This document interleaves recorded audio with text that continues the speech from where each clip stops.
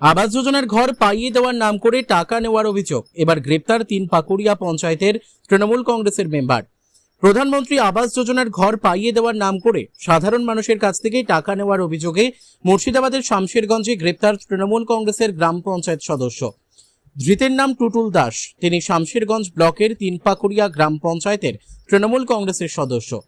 বৃহস্পতিবার গভীর রাতে একাধিক মহিলার লিখিত অভিযোগের ভিত্তিতে তাকে গ্রেপ্তার করে শামশেরগঞ্জ থানার পুলিশ। শুক্রবার ধৃতকে জঙ্গিপুর মহকুমা আদালতে পাঠানো হয় শামশেরগঞ্জ থানার পুলিশের পক্ষ থেকে। পুলিশ সূত্রে জানা গিয়েছে, 3 পাকুড়িয়া পঞ্চায়েতের রানীপুর গ্রামের ভাদু দাস, ফুলটসি দাস সহ এলাকার বেশ কয়েকজন মহিলা অভিযোগ করেন যে আবাস যোজনার ঘর পাইয়ে দেওয়ার প্রতিশ্রুতি দিয়ে তাদের কাছ থেকে মোটা টাকা নেওয়া হয়েছে। দীর্ঘদিন কেটে গেলেও ঘর মেলেনি, এমনকি নেওয়া টাকাও ফেরত দেওয়া হয়নি বলে অভিযোগ। এরপরই তারা শামশেরগঞ্জ থানায় লিখিত অভিযোগ দায়ের করেন। রাতেই থানার সামনে জমায়েত হয়ে ক্ষোভ প্রকাশ করেন তারা। লিখিত অভিযোগও জানানো হয়। অভিযোগ পাওয়ার পরই পুলিশ ঘটনার তদন্ত শুরু করে।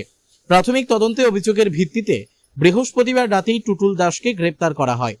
শুক্রবার তাকে জঙ্গিপুর মহকুমা আদালতে পেশ করা হয়। ঘটনাকে কেন্দ্র করে 3 পাকুড়িয়া এলাকায় ব্যাপক চাঞ্চল্যের সৃষ্টি হয়েছে। অভিযোগকারীদের দাবি, আবাস যোজনার সুবিধা পাইয়ে দেওয়ার আশ্বাস দিয়ে তাদের কাছ থেকে অর্থ নেওয়া হলেও শেষ পর্যন্ত তারা প্রতারিত হয়েছেন। ঘটনার সুষ্ঠু তদন্ত করে দোষীর বিরুদ্ধে কঠোর ব্যবস্থা নেওয়ার দাবি জানিয়েছেন তারা। যদিও এই অভিযোগের বিষয়ে ধৃত টুটুল দাস বা তৃণমূল কংগ্রেসের স্থানীয় নেতৃত্বের পক্ষ থেকে এখনো পর্যন্ত কোনো আনুষ্ঠানিক প্রতিক্রিয়া পাওয়া যায়নি।